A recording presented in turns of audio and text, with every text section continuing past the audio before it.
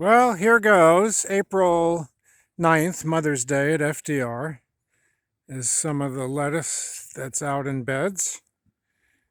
And I think these are concrete rewire trellis for, I assume, peas put there. And then coming up, this is Small Space Garden Exhibit 2021.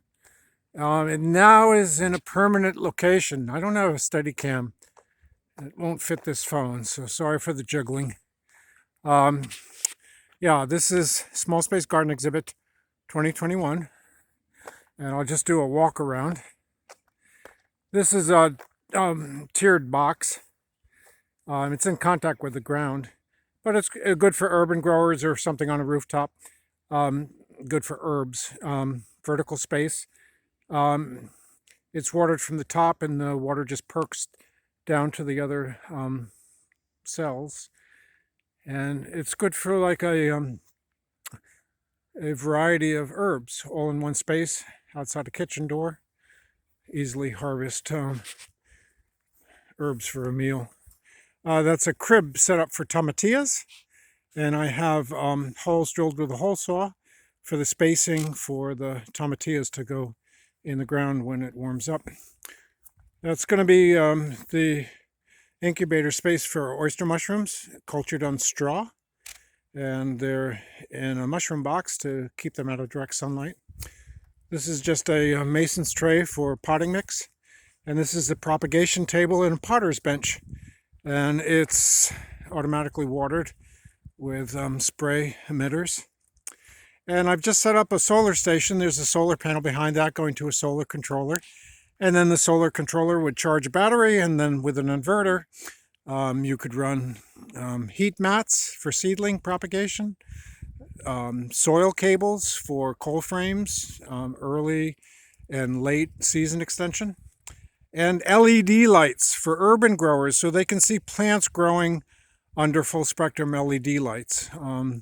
So urban folks can be also growing their own food, lettuces, all variety of vegetables under lights. But I really would like to have a display going of folks seeing the actual lights. This is the hanging gardens of the Small Space exhibit. I have quinault everbearer day neutral strawberries, and set them up so they'll cascade right down. Set up drip irrigation. These are orbit emitters, so they're all set up.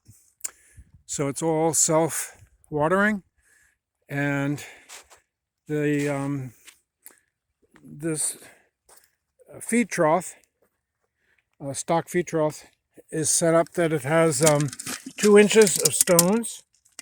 So there's a 2-inch water reservoir, and then there's a layer of burlap so the soil doesn't infiltrate into that stone layer, so that the plants always have a 2-inch layer of water to keep them hydrated, and they grow really well. So I set this up. It's a 10-foot long feed trough, holds 30 heads of lettuce, so you can cut 1 head of lettuce every single night, and then you just go to your seeding table and pull out 7 plugs each week and replant what you've harvested that week. So it's set up for continuous production of lettuce, greens, kale. I have onions in there, spinach, and you can just grow for the full, well, you can harvest for the full growing season continuously. We're going to have a kiosk here that's being made. Yay. This was set up for, we're just going to have 4 trellis tomatoes, but they're going to go up to the overhead chain, and then we'll just be able to lower the line once the tomatoes get up to the height of the chain. And they'll be these are going to be just single stem trained. This is a ventilator box. It works just off of a wax cylinder. The black tube there is filled with wax, and when it gets warm, it starts opening through a piston at about 62, 64 degrees. It starts opening, and then it fully opens at about 68 degrees. So completely passive, no electricity, and great for not having to babysit a cold frame, worrying about, oh, did I close that cold frame tonight when there's going to be frost. This is just a display of, this is going to be a 2-stem culture of a tomato plant. And this is a big boy plant. But it just shows people how they're trained to 2 stems, and then the stems are just lowered when they reach the top of the pole. This is the African keyhole compost garden with the stage door of the worm castings, so people can see the finished product at the bottom. Haven't opened this in a while. I just started this 2 weeks ago, so not really a lot of occupants yet in the compost garden.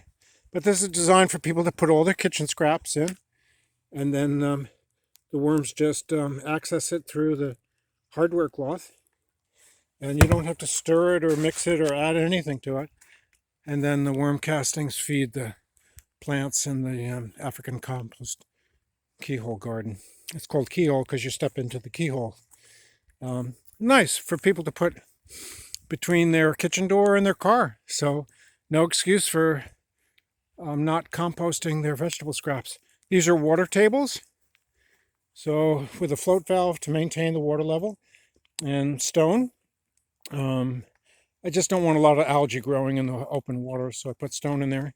And those are 2 grow bags, and they just absorb the water through the bottom. Here's another water table. This is watered by Orbit's drip irrigation on a timer. Dutch bucket system on a rain gutter, and that's constant, hooked up to, I don't know if you can see the water coming in, but it's calling for water now. So they automatically water from the bottom. So you have to have a peat moss. You have to have something that's very absorbent, either peat moss or a coconut coir, and then the water just wicks up from the bottom. There you can see the net cups. So the net cups hang down right into the water, and the plants self-water. Is this Mel Bartholomew scale square foot gardening. I laid it out in the grids. It's all set for planting. This is the carrot dirt cake. So I want this all planted with carrots, all different varieties of carrots. That's going to be the carrot cake. Here's the back of the children's veggie hut with a wooden trunk.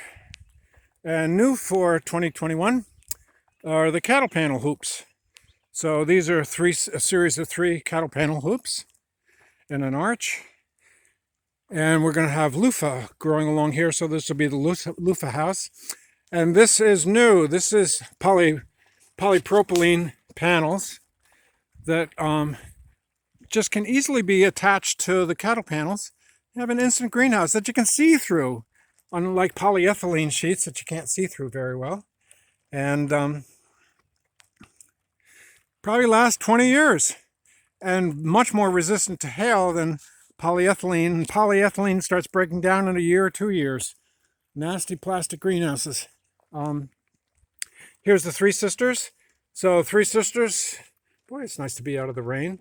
I'm under the polypropylene. 3 sisters growing corn, beans, and squash. The squash would shade out the weeds. And then the beans, of course, are nitrogen fixing, so they produce nitrogen for the corn to grow on. And then the poles actually give support for the beans, and great combination system. Here's a planter's trough, just a plastic trough. Again, holes are drilled 2 inches from the bottom so that water can percolate out. And again, there's stones, 2 inches of stones, so there's a water layer again. I have not set up drip irrigation for this, so this still has to be hand watered for a little while. And then the trellis, I've already planted. There's fava beans planted in the back. And I think I put in a sugar snap pea in there. So the fava beans are just starting to emerge. And then I put in some a Kentucky pole bean. I think it's Kentucky pole bean to climb up onto the netting and the trellis. Here's a cardboard box garden. And we got the Amazon logo on this one. So people can say there's a use for the cardboard boxes. In addition to that, we have the whole garden is lined with cardboard. And then we have wood chips on top to keep the cardboard moist. And then the earthworms will digest that cardboard in one season. Um, the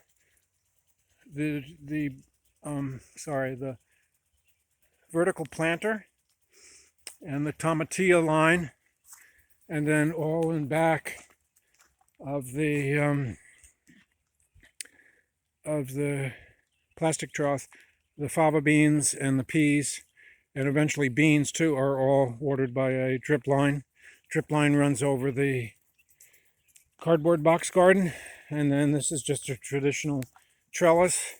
We have peas coming up.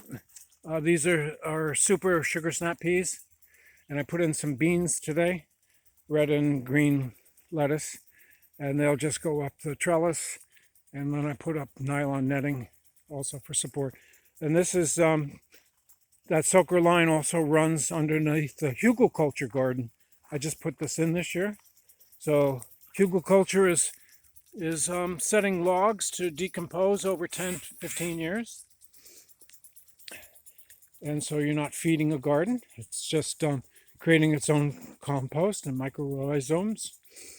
And I just boxed the top to make it easy to set up for a planter. And then rubber roll roofing as mulch. I just take hole saw to make the spacing for the plants. And this is cabbage and Russian red kale. And the water line also runs underneath that. So you don't need to do any watering. And the rubber roll roofing prevents a lot of evaporation. So it's very good for conserving moisture.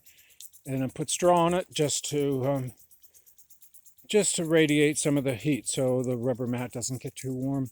Straw bale culture, we inoculated them already with compost starter. So they're cooking now, and we'll plant vegetables into those. And then the grain garden this year is going to be pots, big pots. They again have holes drilled 2 inches from the bottom, filled with river stone, and then a layer of burlap to keep the soil from infiltrating with the stone. And I have the sprinkler, impact sprinkler overhead watering, because I just ran out of time and energy and materials to set this all up for drip irrigation. So this is set up for a timer on 6 o'clock in the morning, 6 o'clock in the evening. And that's a wrap on a rainy day. Got to get the phone out of the rain. Happy Mother's Day.